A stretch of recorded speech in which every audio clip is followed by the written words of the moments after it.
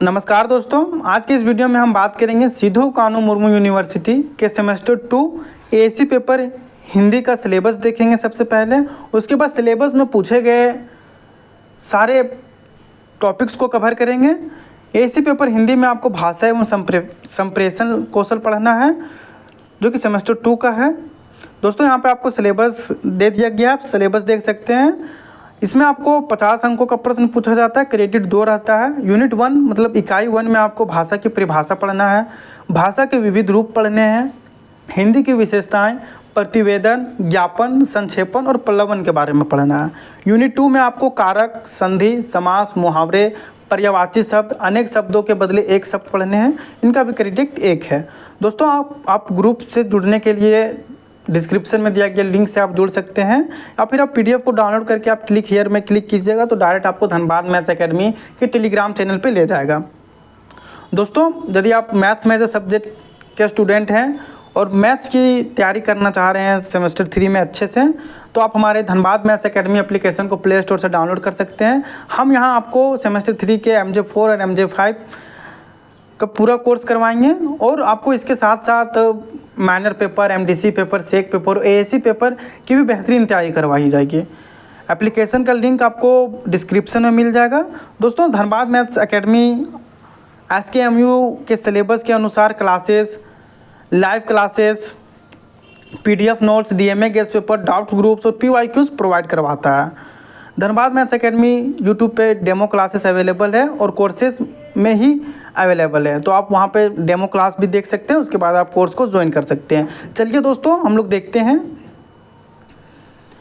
Unit 1 को। Unit 1 में आपको भाषा की परिभाषा पढ़ना है, जिसमें है भाषा की परिभाषा क्या है। भाषा एक जटिल और गतिशील प्रणाली है जिसका उपयोग प्रभाव, मानव विचारों, भावनाओं और सूचनाओं को व्यक्त करने के लिए किया जाता है। यह मानव संप्रेषण एक प्रमुख साधन है जो शब्दों, ध्वनियों, संकेतों और प्रतीकों का संयोजन होता है। भाषा के माध्यम से हम अपने विचारों को संप्रेषित कर सकते हैं, जानकारी साझा कर सकते हैं और सांस्कृतिक धरोहर को आगे बढ़ा सकते हैं। आगे दोस्तों देखते हैं भाषा की प्रमुख विशेषताएं, जैसे हो गया ध्वन्यात्मकता, जिसको हम लोग फोनेटिक्स कहते हैं। यह भाषा की सबसे बुनियादी इकाई है। ध्वनियाँ या उच्चारण शब्दों का निर्माण करती है। उदाहरण के लिए हिंदी में का, खा, गा आदि ध्वनियाँ हैं। इसके बाद है दोस्तों शब्दावली, जिसको हम लोग इंग्लिश में वोकैबुलरी कहते हैं। यह भाषा के शब्दों का संग्रह है। विभिन्न शब्द मिलकर वाक्यों का निर्माण करते हैं, जैसे हिंदी में पुस्तक, विद्यालय, ज्ञान आदि शब्द शामिल हैं। इसके बाद है दोस्तों व्याकरण। व्याकरण यह नियमों का एक सेट है जो यह निर्धारित करता है कि शब्द और वाक्य कैसे बनाए जाते हैं। व्याकरण भाषा की संरचना को व्यवस्थित और समझने योग्य बनाता है। इसके बाद चौथा नंबर में आता है दोस्तों अर्थ, जिसको हम लोग सेमेंटिक्स कहते हैं इंग्लिश में। यह शब्दों और वाक्यों के अर्थ में संबंधित है। प्रत्येक शब्द और वाक्य का एक निश्चित अर्थ होता है जो संप्रेषण में महत्वपूर्ण होता है। इसके बाद दोस्तों प्रयोग, जिसको हम लोग प्रैग्मैटिक्स कहते हैं। दोस्तों यह भाषा के सामाजिक उपयोग से संबंधित है। इसमें इस बात का अध्ययन किया जाता है कि विभिन्न संदर्भों और स्थितियों में भाषा का उपयोग कैसे किया जाता है। दोस्तों आइए हम लोग आगे देखते हैं भाषा के प्रकार। भाषा के कई प्रकार होते हैं, जिसमें से मौखिक भाषा हो गया, लिखित भाषा हो गया और संकेत भाषा हो गया। हम लोग मुख्य रूप से 3 भाषा के बारे में बात करेंगे। पहला है मौखिक भाषा। दोस्तों मौखिक भाषा, जिसे हम लोग स्पोकन लैंग्वेज बोलते हैं, यह ध्वनियों और उच्चारणों के माध्यम से व्यक्त की जाती है। उदाहरण के लिए हिंदी, अंग्रेजी, चीनी आदि। इसके बाद दोस्तों लिखित भाषा, जिसे हम लोग रिटेन लैंग्वेज बोलते हैं, रिटेन लैंग्वेज। दोस्तों यह प्रतीकों और अक्षरों के माध्यम से व्यक्त की जाती है। यह भाषा का स्थायी रूप है और इसके माध्यम से ज्ञान का संचार पीढ़ी दर पीढ़ी होता है। दोस्तों फिर से आपको बता दें, लिखित भाषा, जिसको हम लोग रिटेन लैंग्वेज बोलते हैं, यह प्रतीकों और अक्षरों के माध्यम से व्यक्त की जाती है। यह भाषा की स्थायी रूप है और इसके माध्यम से ज्ञान का संचार पीढ़ी दर पीढ़ी होता है। दोस्तों इसके बाद है संकेत भाषा, जिसे हम लोग साइन लैंग्वेज बोलते हैं। यह हाथों, हाव भावों और चेहरों के भावों का उपयोग करके संवाद स्थापित करने का तरीका है। यह विशेष रूप से सुनने और बोलने में असमर्थ लोगों के लिए उपयोगी होती है। दोस्तों आप चाहें तो इसका स्क्रीनशॉट ले सकते हैं, नहीं तो हमने इसका PDF धनबाद मैथ्स एकेडमी के टेलीग्राम चैनल में और धनबाद मैथ्स एकेडमी के वेबसाइट पे अपलोड कर दिया, वहाँ से चाहें तो PDF को डाउनलोड करके पढ़ सकते हैं। आइए दोस्तों आगे देखते हैं भाषा की सामाजिक और सांस्कृतिक भूमिका क्या है। दोस्तों आपको एग्ज़ाम में पूछा जा सकता है कि भाषा की सामाजिक और सांस्कृतिक भूमिका से आप क्या समझते हैं, आप इसमें लिखें। तो सिंपली दोस्तों यह भाषा केवल संप्रेषण का साधन नहीं है, बल्कि यह सांस्कृतिक और पहचान का महत्वपूर्ण हिस्सा है। यह लोगों को एक साथ जोड़ती है और समाज में विचारों, मान्यताओं और परंपराओं को बनाए रखने और प्रासित करने का माध्यम बनती है। विभिन्न भाषाओं के अध्ययन से हम विभिन्न संस्कृतियों और समाजों के बारे में गहराई से समझ सकते हैं। दोस्तों इसका निष्कर्ष यह है कि भाषा मानव समाज की आत्मा है। यह केवल विचारों के आदान प्रदान का माध्यम नहीं है दोस्तों, बल्कि यह हमारी सांस्कृतिक धरोहर, सामाजिक संरचना और व्यक्तिगत पहचान का अभिन्न हिस्सा है। भाषा के माध्यम से हम अपने अनुभवों को साझा करते हैं, ज्ञान का विस्तार करते हैं और एक दूसरे से जुड़ते हैं। एक प्रकार भाषा की परिभाषा और इसकी विशेषताएं हमें उसकी व्यापकता और महत्वपूर्णता को समझने में मदद करती है।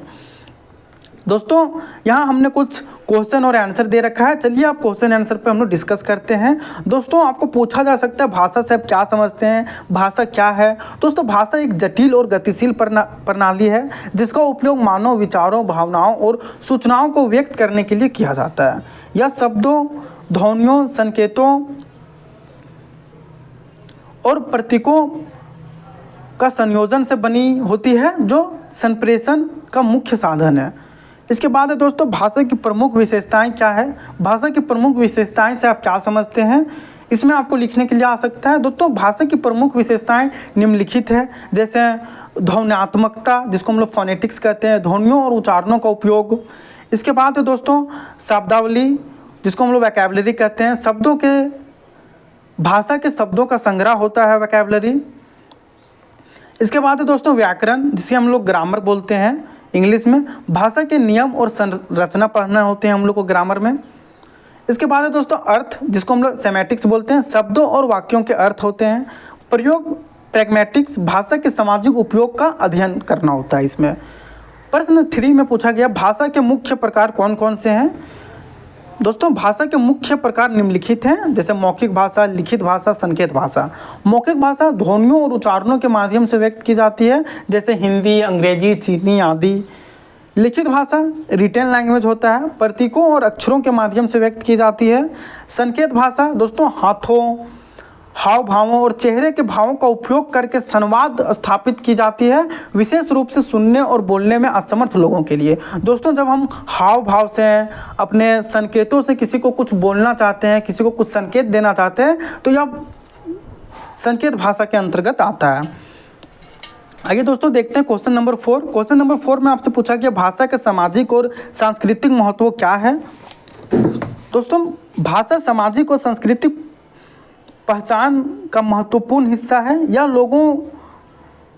लोगों को एक साथ जोड़ती है और समाज के विचारों, मान्यताओं और परंपराओं को बनाए रखने और प्रसारित करने का माध्यम बनती है। भाषा के माध्यम से हम विभिन्न सांस्कृतिक और समाज के बारे में गहराई से समझ सकते हैं और अपनी सांस्कृतिक धरोहर को सुरक्षित कर सकते हैं। आइए देखते हैं क्वेश्चन नंबर 5 में क्या पूछा गया है। क्वेश्चन नंबर 5 में पूछा गया है भाषा की परिभाषा में ध्वन्यात्मकता का क्या महत्व है। दोस्तों ध्वन्यात्मक भाषा की सबसे बुनियादी इकाई है। दोस्तों बता दें ध्वन्यात्मकता भाषा की सबसे बुनियादी इकाई है जिसमें ध्वनियों और उच्चारणों का एक अध्ययन शामिल हो। ध्वन्यात्मकता के माध्यम से हम यह समझ सकते हैं कि अलग अलग भाषाओं में शब्द कैसे उच्चारित होते हैं और उनकी ध्वनि संरचना कैसी होती है। यह भाषा सीखने और समझने के लिए महत्वपूर्ण है। इसके बाद हम लोग बात करते हैं क्वेश्चन नंबर 6।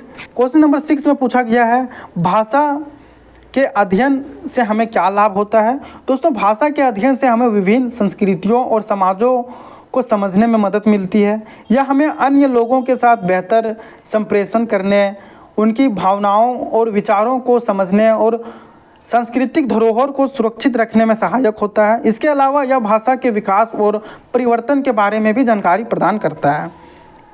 आइए बात करते हैं क्वेश्चन नंबर 7।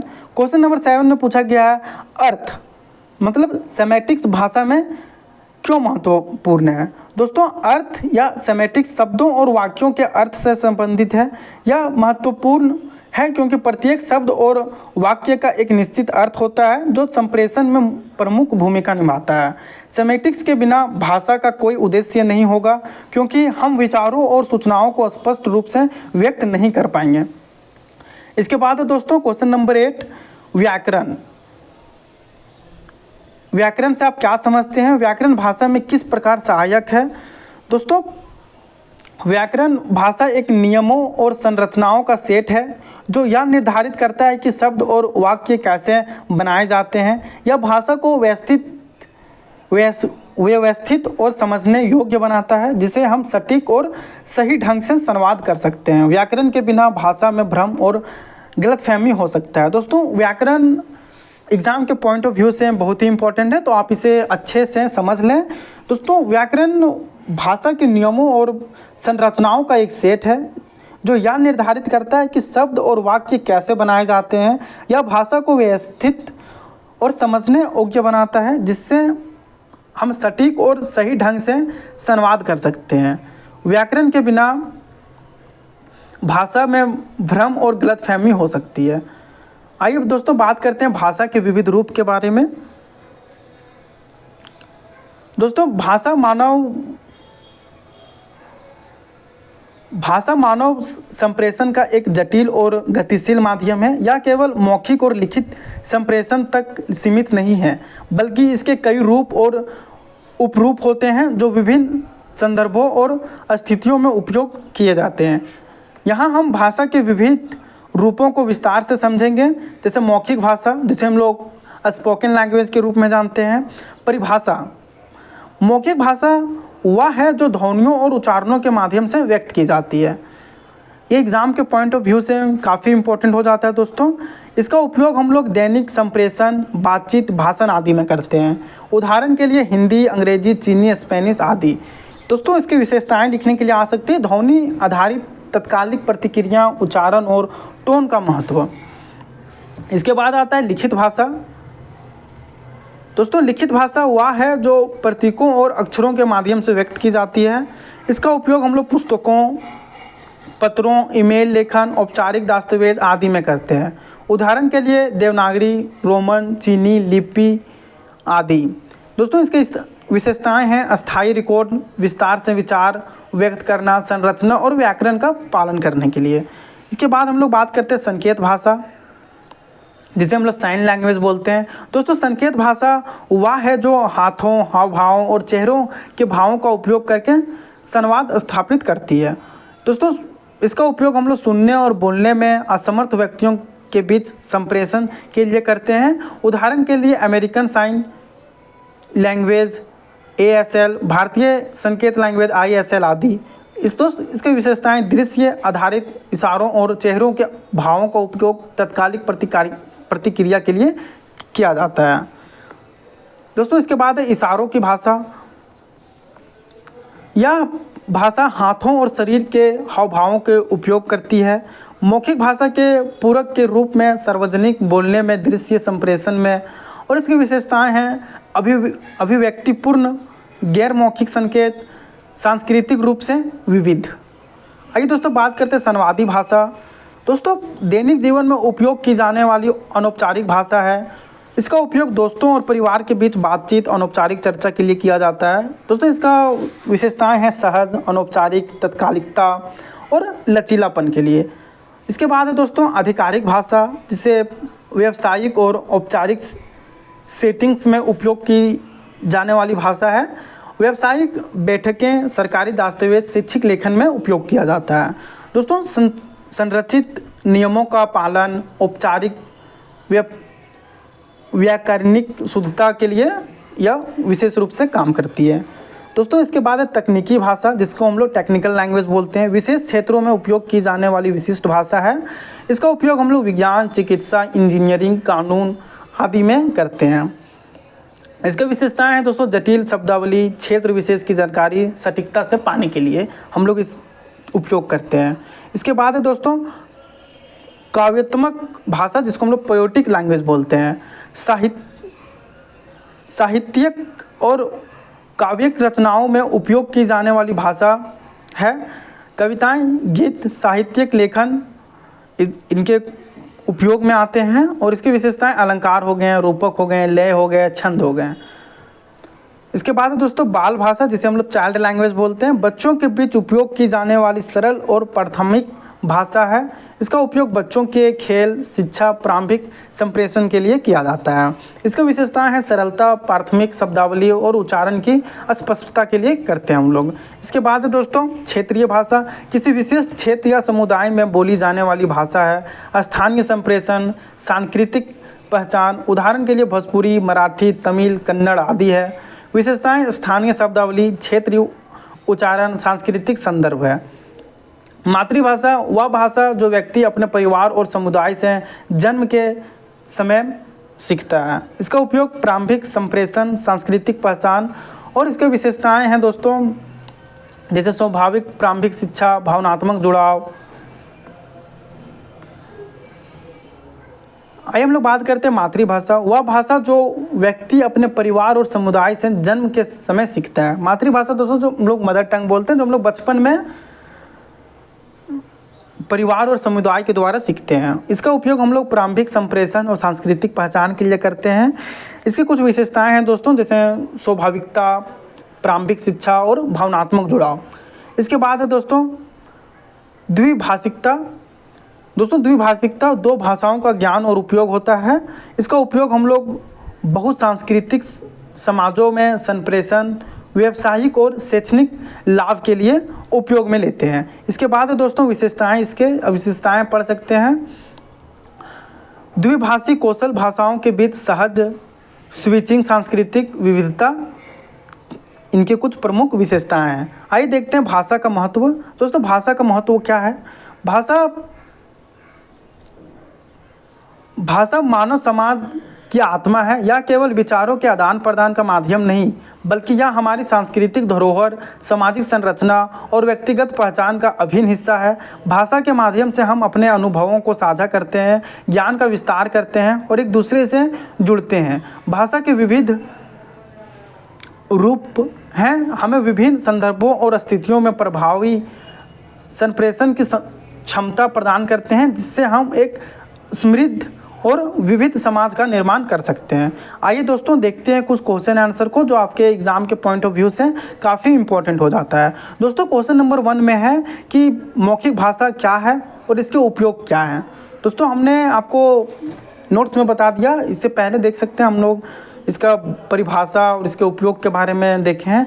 तो आइए इसको क्वेश्चन आंसर के माध्यम से करते हैं। दोस्तों मौखिक भाषा वह है जो ध्वनियों और उच्चारणों के माध्यम से व्यक्त की जाती है। इसके उपयोग में दैनिक संप्रेषण, बातचीत, भाषण आदि शामिल हैं। उदाहरण के लिए हिंदी, अंग्रेजी, चीनी, स्पेनिश आदि मौखिक भाषाएं के अंतर्गत आती है। इसके बाद दोस्तों लिखित भाषा की विशेषताएं क्या है।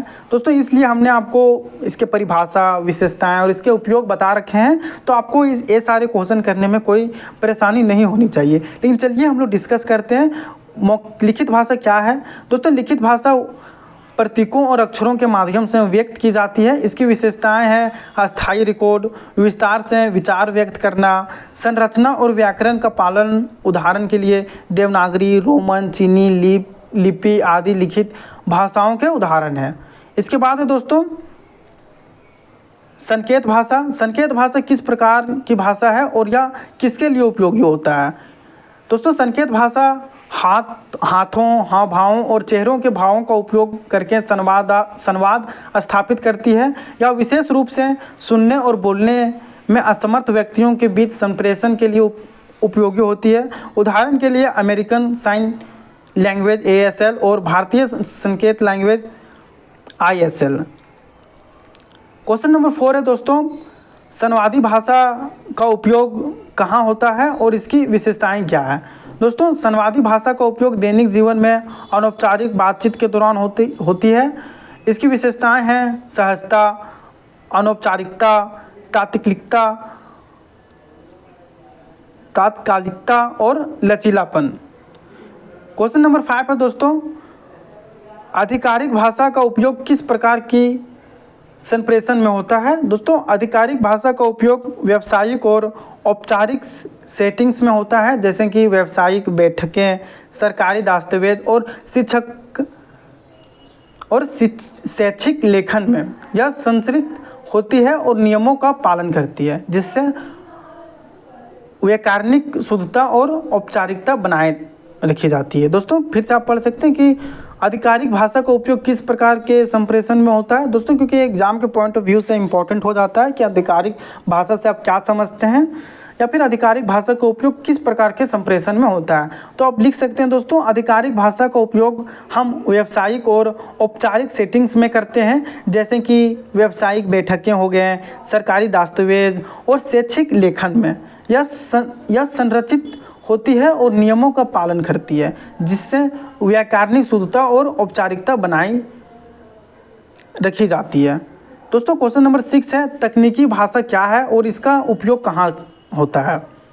दोस्तों तकनीकी भाषा विशेष क्षेत्रों में उपयोग की जाने वाली विशिष्ट भाषा होती है। इसका उपयोग विज्ञान, चिकित्सा, इंजीनियरिंग, कानून आदि में होता है। यह जटिल शब्दावली और क्षेत्र विशेष की जानकारी के साथ सटीकता प्रदान करती है। इसके बाद दोस्तों काव्यात्मक भाषा की विशेषता क्या है।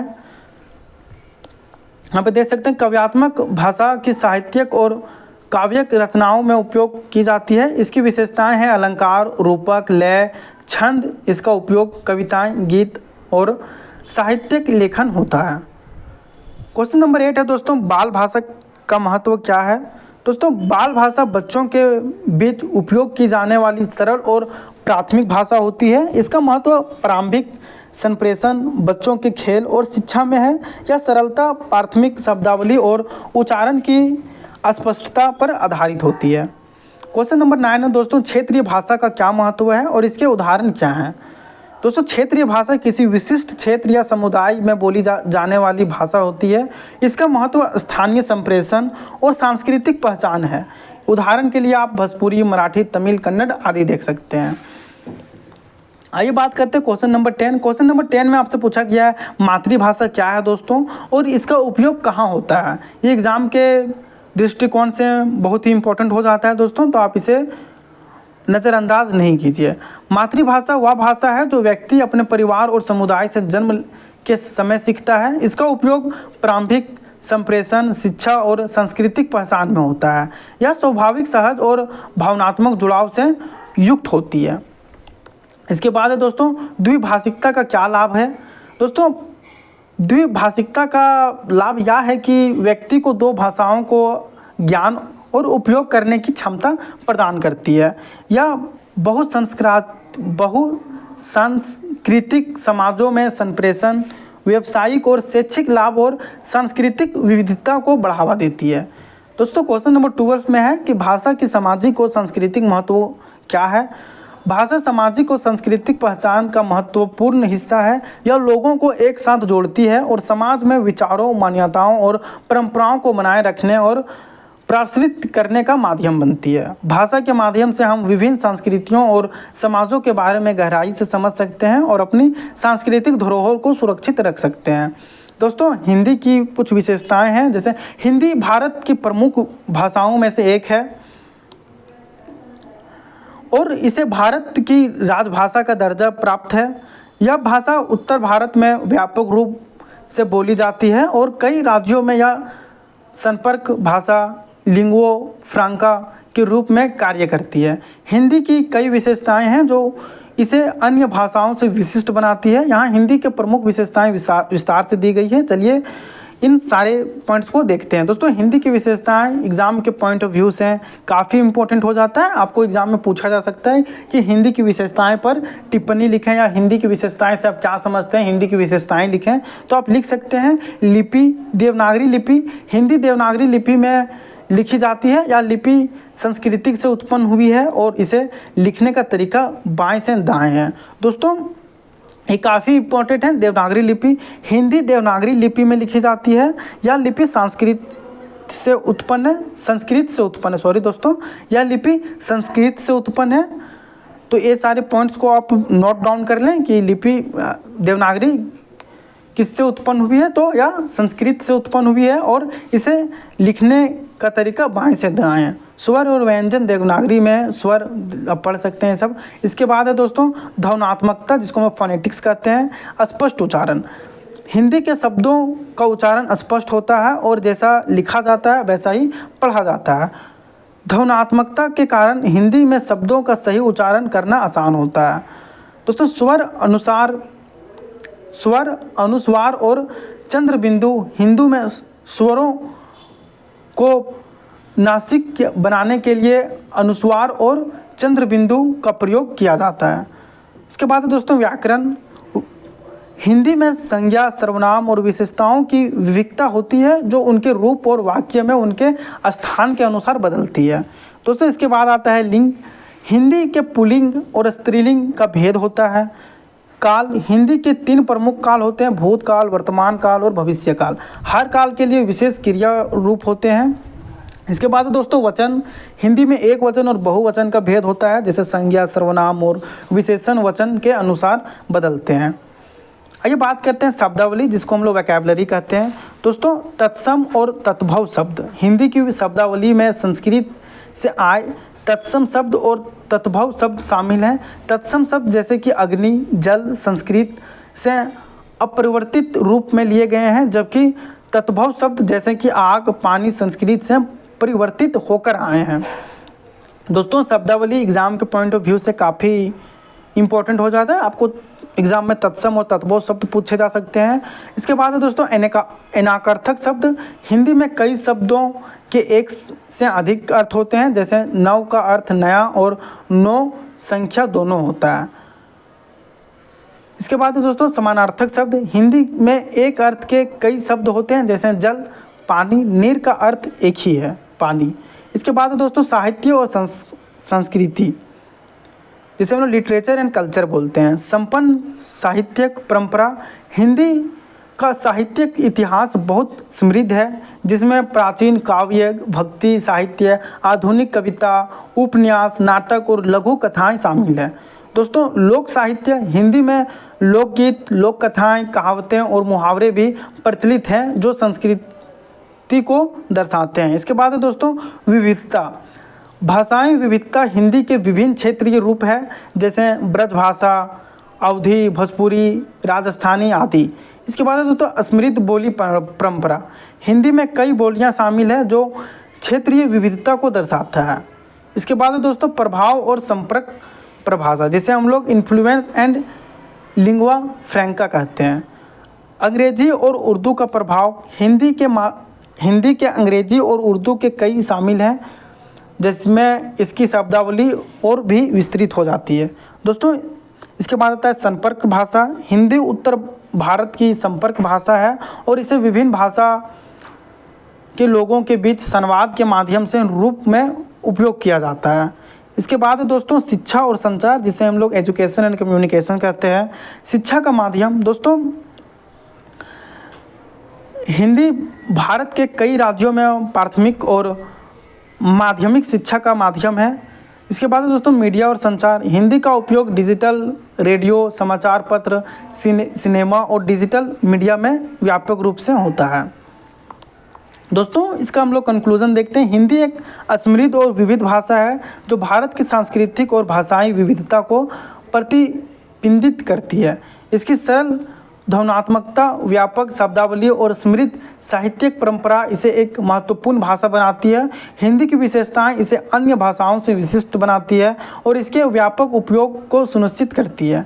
आइए दोस्तों देखते हैं कुछ इसके क्वेश्चन आंसर जो इन सारे टॉपिक से रिलेटेड है। क्वेश्चन नंबर 1 में है दोस्तों, हिंदी किस लिपि में लिखी जाती है और इसके क्या महत्व है। दोस्तों हमें अभी आपको बताया कि हिंदी देवनागरी लिपि में लिखी जाती है। देवनागरी लिपि स्वर और व्यंजन होते हैं, आप यहाँ पे पढ़ सकते हैं। क्वेश्चन नंबर 2 है दोस्तों, हिंदी की ध्वन्यात्मकता की क्या विशेषताएं हैं।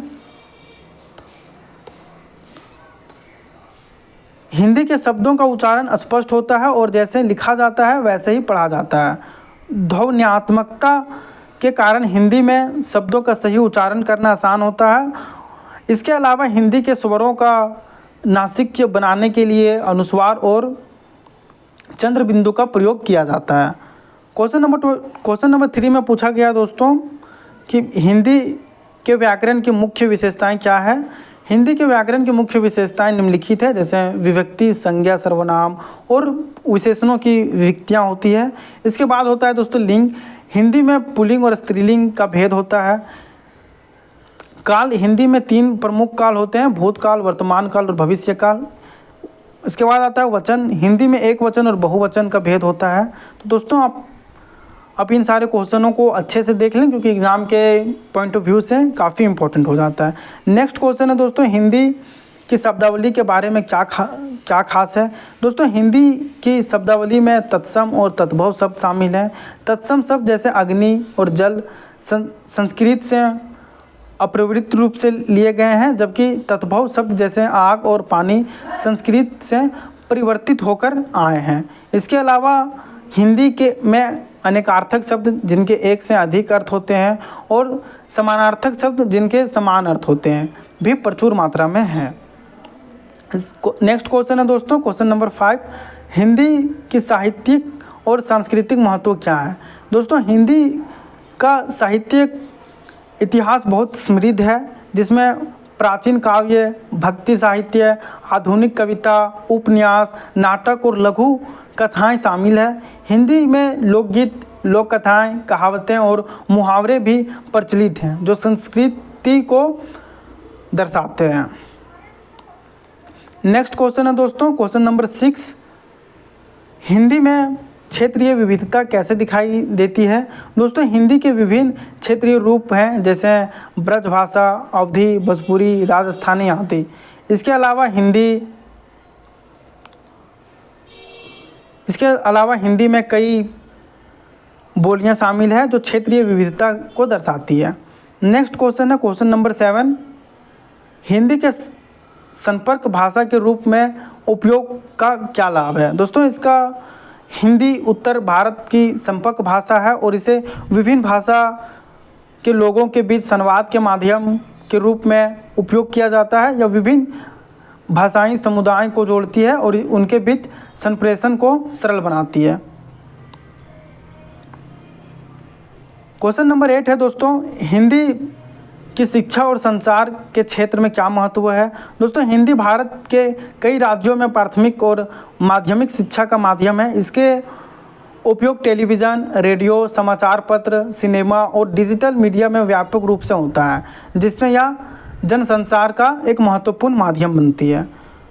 क्वेश्चन नंबर 9 है दोस्तों, हिंदी की शब्दावली पर किन भाषाओं का प्रभाव है।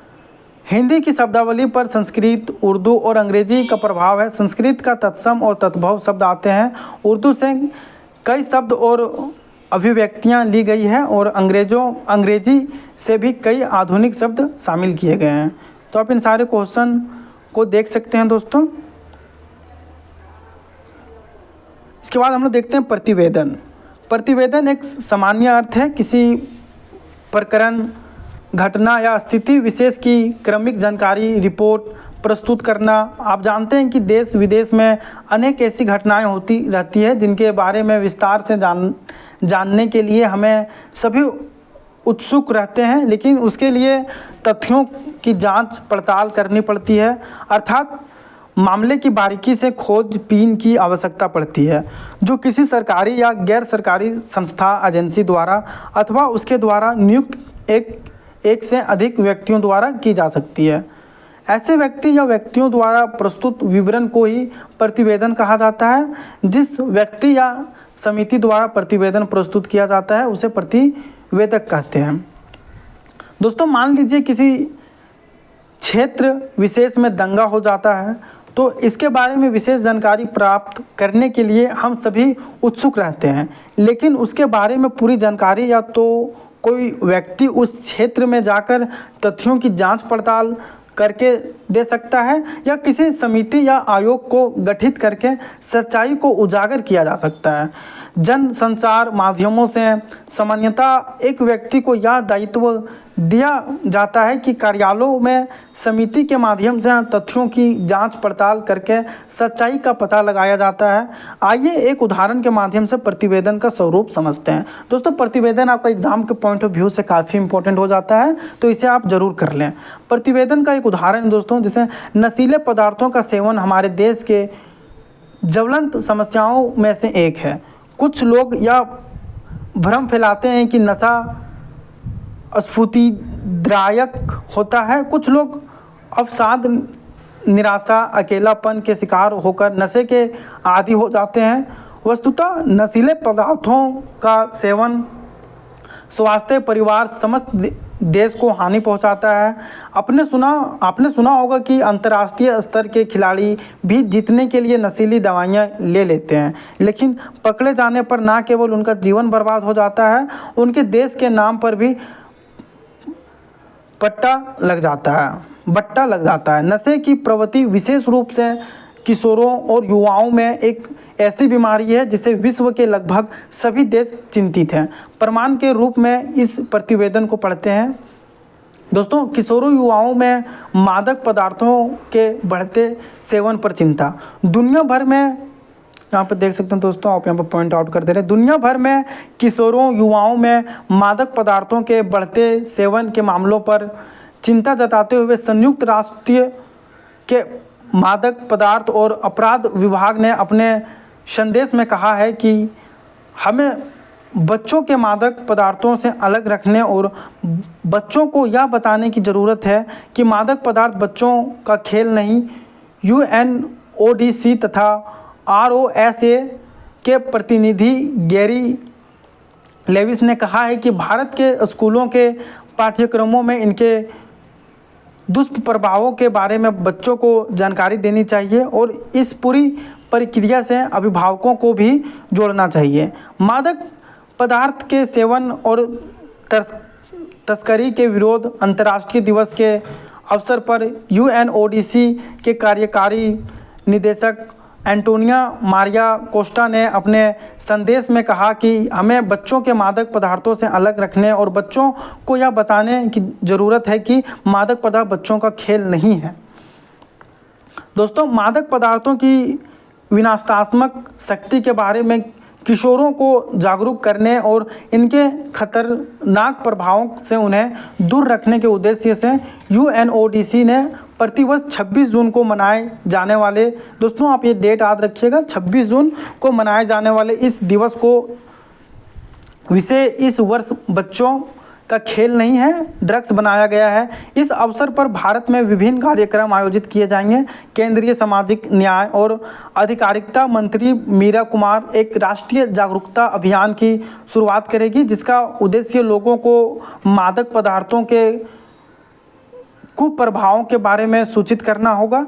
यह अभियान महानगरों के साथ साथ पूर्वोत्तर राज्यों के शहरों में भी शुरू किया जाएगा।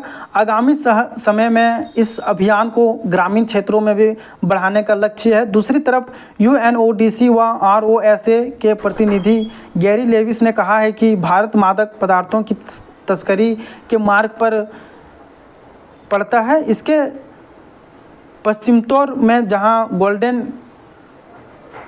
क्रिसेंट है, वहीं इसकी पूर्वोत्तर सीमा पर गोल्डन ट्रायंगल स्थित है। ऐसे में यहाँ किशोरों तथा युवाओं में इस लत के पनपने का अधिक खतरा है।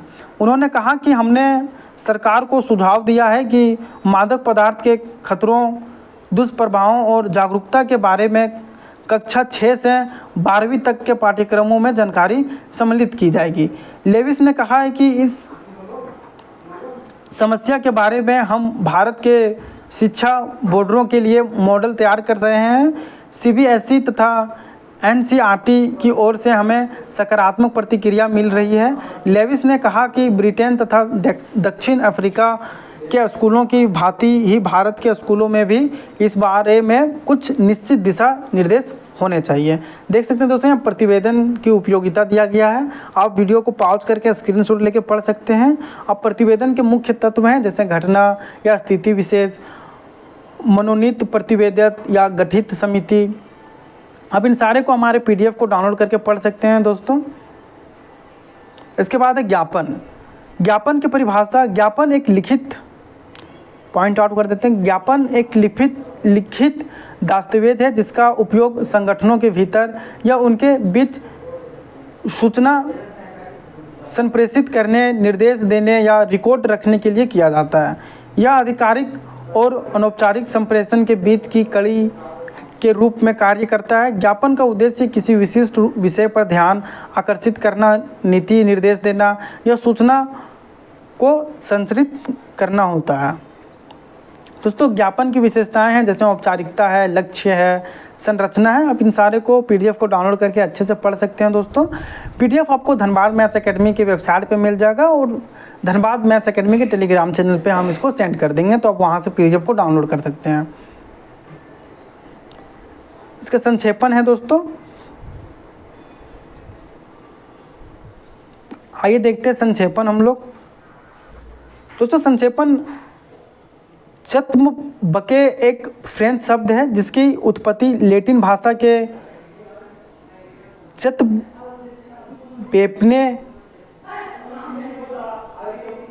चंतबेने शब्द से हुई है। इसका अर्थ काटना, संक्षिप्त करना है और यह अंग्रेजी भाषा के शब्द चत्मबेम से संबंधित है। संक्षेपण किसी लिखित विषय के मुख्य विचारों का सारांश या भावार्थ होता है। इस प्रकार संक्षेपण का अर्थ है संक्षेप करना या ध्यान करने, समझने तथा संक्षेप करने का अभ्यास है। किसी लेख, भाषण अथवा कहानी का सारांश करने के लिए पहले उस ध्यान से पढ़ना होगा और उसका सही अर्थ समझना होगा। संक्षेपण में लेखक को अपना ध्यान उस विषय सामग्री पर केंद्रित करना पड़ता है जिसका सारांश करना है। किसी परिच्छेद का सारांश लिखने के लिए अद्यपि सारांश की लंबाई निश्चित नहीं होती, परंतु सामान्यतः यह आशा की जाती है कि सारांश उस परिच्छेद का 1/3 होना चाहिए। सारांश को संक्षेपण कहते हैं और संक्षेपण का अर्थ है सारांश लिखना।